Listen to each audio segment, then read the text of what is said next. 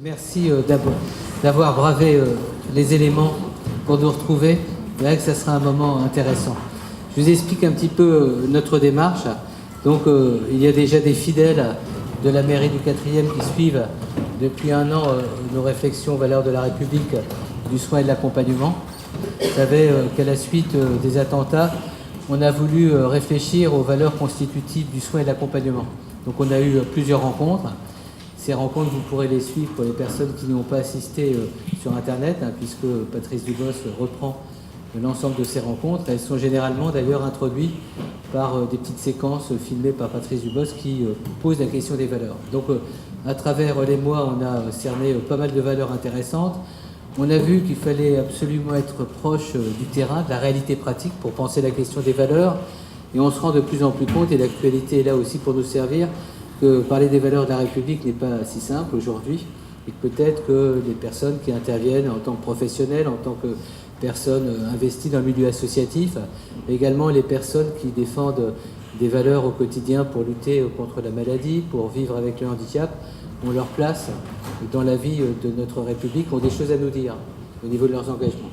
Je pensais d'ailleurs que, alors peut-être que vous ne pourrez plus vous y inscrire, peut-être au Sénat, parce que maintenant je pense qu'on est arrivé au bout de nos inscriptions, mais le 13 mars prochain, on organise donc au Sénat, c'est ce qu'on avait dit, au bout d'un an, ce qu'on a appelé des assises.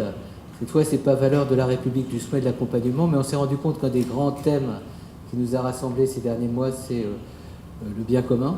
Donc on a mis le bien commun et puis l'engagement aussi comme valeur. Donc ces valeurs de la République, du bien commun et de l'engagement.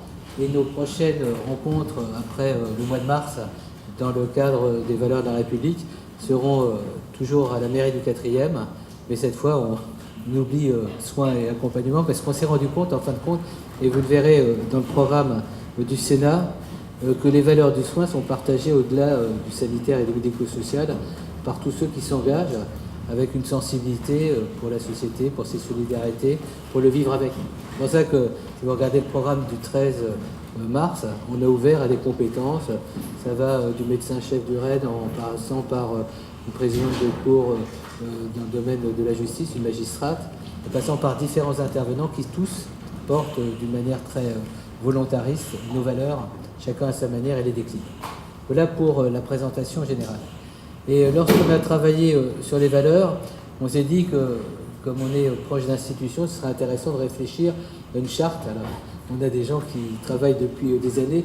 Nous, on est peut-être plus novices dans cette démarche, mais on a eu l'ambition donc de rédiger une charte.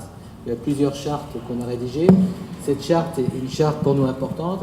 C'est vraiment valeur du soin, de l'accompagnement.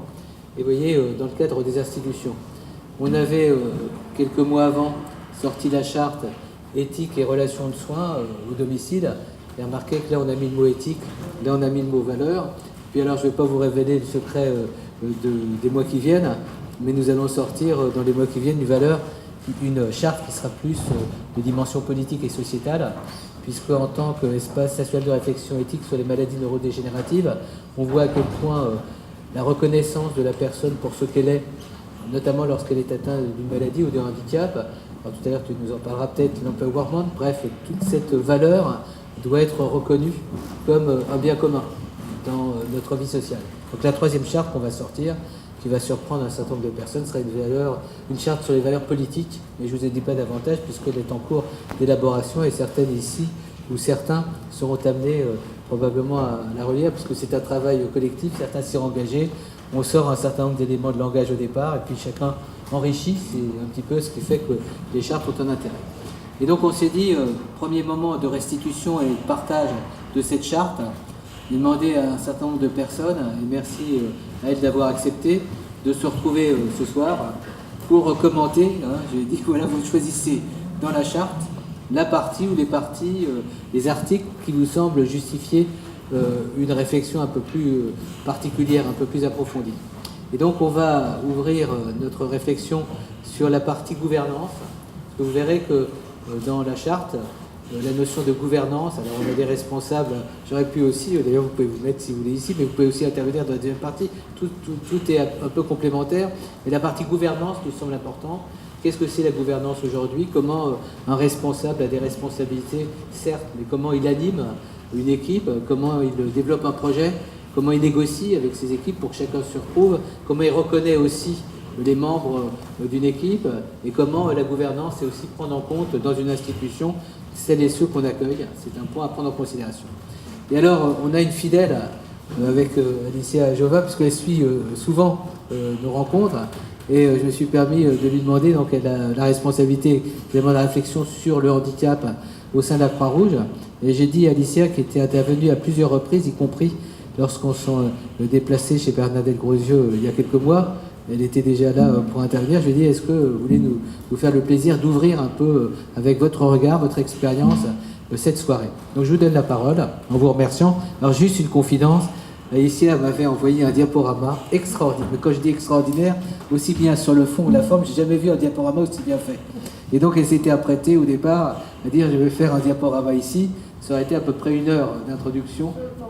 Alors j'ai pris un engagement vis-à-vis d'elle. Je lui ai dit, puisqu'on a des masters et des DU, elle viendra nous faire l'enseignement, mais cette fois en ayant tout le temps, puisqu'il faut à peu près 2 heures pour développer le diaporama.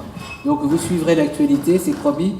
Sébastien vous enverra l'information quand dans le cadre de la formation, de formation universitaire, Alicia fera son diaporama, puisque j'ai un peu réduit en disant nous n'avons que 10 minutes pour chacun et votre intervention sera forte. Voilà. Merci Alicia d'être là, merci à toutes et à tous de nous avoir rejoints. On commence donc 2 parties avec, comme on fait d'habitude, un échange après la première partie et une ouverture.